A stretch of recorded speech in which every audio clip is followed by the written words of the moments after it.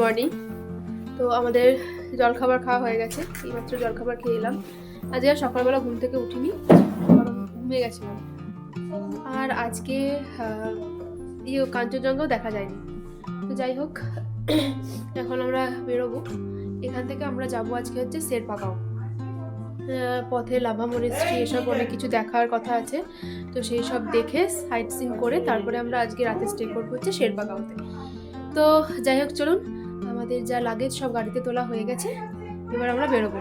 চলুন তাহলে আজকের ভিডিওটা কি হচ্ছে, আজকে সারাদিন কি করছি সব আজকের ভিডিও দেখতে পাবেন। চলুন তাহলে রওনা দেওয়া যাক। তো আমরা এখন হোটেল থেকে হোমস্টে থেকে বেরিয়ে যাচ্ছি। তো হোমস্টের যে দাদা ছিলেন তিনি সবাইকে একটু সম্বর্ধনা জানাচ্ছেন।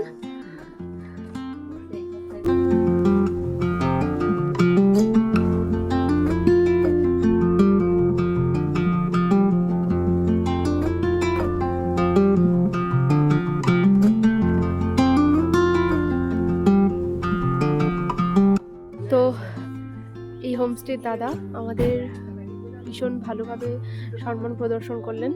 তো যাই হোক, চলুন, আমাদের লাগেজ গাড়িতে উঠে গেছে, এবার আমরা রওনা দেব। আর হ্যাঁ, এই যে ওইটা হচ্ছে এই হোমস্টের দাদার মোবাইল নাম্বার। আপনারা যারা থাকতে চান তারা অবশ্যই এই মোবাইল নাম্বারে কল করে দাদার সাথে যোগাযোগ করতে পারেন। চলুন তাহলে আমরা রওনা দিই। আজকে সারাদিন কি কি হচ্ছে সবটা আপনাদের সাথে শেয়ার করব। এখন পৌঁছে গেছি লাভা ভিউ পয়েন্টে। তো সামনেই আই লাভ লাভা লেখা আছে, ওখান থেকে নিচে লাভা শহরটা দেখা যায়।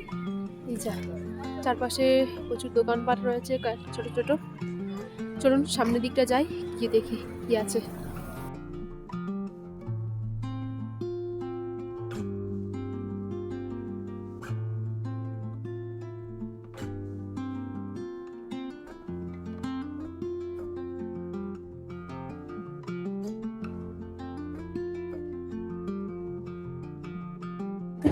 এই যে সামনে লেখা আছে আই লাভ লাভা। চলুন উল্টো দিকটা যাই।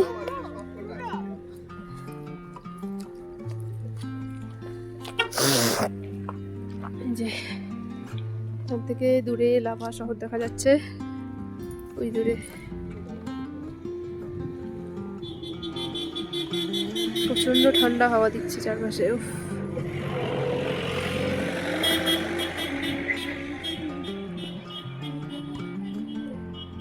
এই যে এই দিক দিয়ে হচ্ছে লাভা পয়েন্ট ফরেস্ট।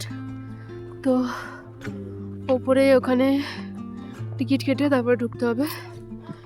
চলুন ওপরে যাই, টিকিট কেটে তারপরে ফরেস্টে যাব। এই যে এখানে এইরকম ছোট্ট ছোট সিঁড়ি করে দেওয়া আছে। প্রচণ্ড ঠান্ডা হাওয়া দিচ্ছে, আর রোদটা ভালোই আছে কিন্তু হাওয়াটা সাথে সেই রকম। দেখি এই যে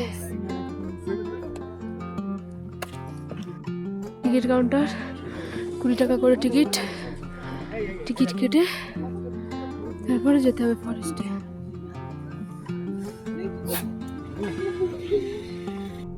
যে আমাদের দুজনের দুটো টিকিট নেওয়া হয়ে গেছে, এবার চলুন ভেতরে যাব।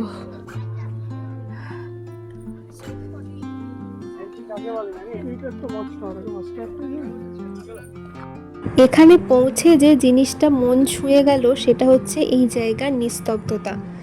পাহাড়ের কোনো কোলাহল, কোনো ব্যস্ততার তাড়া নেই, আছে শুধু পাহাড়ি হাওয়া, পাইন পাতার মৃদু শব্দ, আর আছে চারপাশ জুড়ে সবুজের অসীম বিস্তার।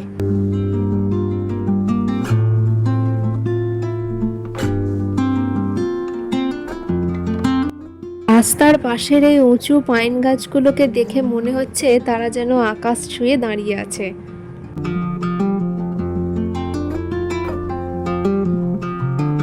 উঁচু উঁচু গাছের ফাঁক দিয়ে যখন সূর্যের আলো মাটিতে এসে পড়ছে, তখন পুরো জঙ্গলটাকে দেখে মনে হচ্ছে যেন আলো ছায়ার এক সুন্দর ছবি।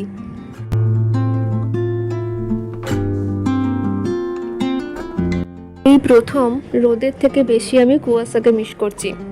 কেন বলুন তো? যদি আজকে আরেকটু কুয়াশা থাকতো, আরেকটু মেঘলা মেঘলা ভাগ থাকতো, তাহলে চারপাশে কিন্তু এই মানে পাইন গাছের মধ্যে কুয়াশা এসে যখন দাঁড়াতো না, সত্যি বলছি একটা রহস্যময় পরিবেশ সৃষ্টি হতো। চলুন এই সাঁকোটা পেরিয়ে একটু ওইদিকে যাই। এদিকে কি আছে সেটা তো এতক্ষণ ধরে দেখলাম, এবার ওই দিকটায় কি আছে সেটা একটু দেখে আসি। লাভা পাইন ফরেস্টের সৌন্দর্যটা আসলেই খুব শান্ত। এখানে প্রকৃতি চোখ ধাঁধানো কোনো আয়োজন করে বসে নেই, খুব সাধারণভাবেই নিজের মতো করে সাজিয়ে রেখেছে চারপাশটাকে। একদিকে পাহাড়ের ঢাল আর অন্যদিকে ঘন পাইন বন। এই মুহূর্তে মনে হচ্ছে কোনো সিনেমার দৃশ্যের মধ্যে এসে পৌঁছে গেছি।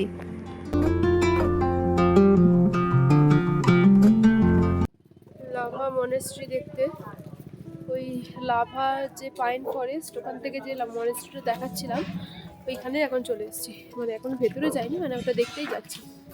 তো চলুন ভেতরে যাই। দেখছেন আমার অবস্থা, মাথায় জড়িয়ে নিয়েছে, প্রচণ্ড ঠান্ডা হাওয়া দিচ্ছে, প্রচণ্ড ঠান্ডা হাওয়া। লাভা পাইন ফরেস্টের সবুজ পথ পেরিয়ে এখন পৌঁছে গেছি লাভার অন্যতম সুন্দর আর শান্ত একটি জায়গা, লাভা মনেস্ট্রিতে।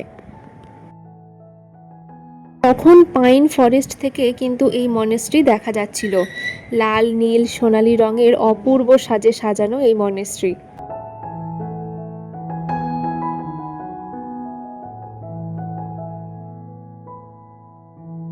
চারপাশে পাহাড়ের সবুজ, মাথার ওপরে মেঘলা আকাশ, আর তার মাঝখানে দাঁড়িয়ে আছে এই বৌদ্ধ মনেস্ট্রি। সত্যি বলছি, প্রথম দেখতেই মনটা একেবারে শান্ত হয়ে গেছে।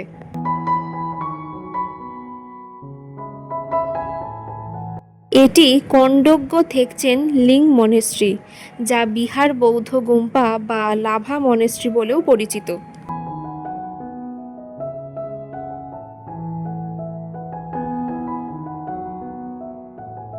পাখির ডাকের একটা খুব সুন্দর আওয়াজ অনেকক্ষণ থেকেই শুনতে পাচ্ছিলাম। এই যে এই পাখিটাই কিন্তু অনেকক্ষণ থেকে ডেকে যাচ্ছে। কি অসাধারণ সুন্দর দেখুন দেখতে।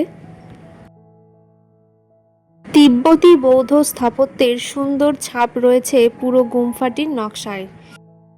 সত্যি মনেস্ট্রিতে পা রাখতেই পরিবেশটা যেন একেবারে নিস্তব্ধ হয়ে গেল। চারপাশে পাহাড়ি হাওয়ার সঙ্গে এখানে যেন মিশে আছে এক অদ্ভুত প্রশান্তি। সবচেয়ে সুন্দর লাগছে এখানকার পরিবেশটা। একদিকে মনেস্ট্রির উজ্জ্বল রং, অন্যদিকে সবুজ পাহাড় আর পাইন গাছ, আর তার মাঝে নেমে এসেছে লাভার চিরচেনা কুয়াশা। কুয়াশা ঢাকা পাহাড়ের কোলে দাঁড়িয়ে মনে হচ্ছে কিছু জায়গা ক্যামেরাবন্দি করা যায় না, কিন্তু তার আসল সৌন্দর্যটা থেকে যায় মনের মধ্যেই। আর এই লাভা মনেস্ট্রি আমাদের এই পাহাড় ভ্রমণের স্মৃতির পাতায় ঠিক সেই রকমই একটি অধ্যায় হয়ে রইল।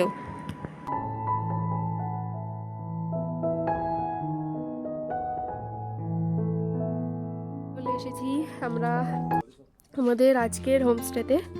দেখুন কি সুন্দর সাজানো, আর এখান থেকে সামনের ভিউটা একবার দেখুন,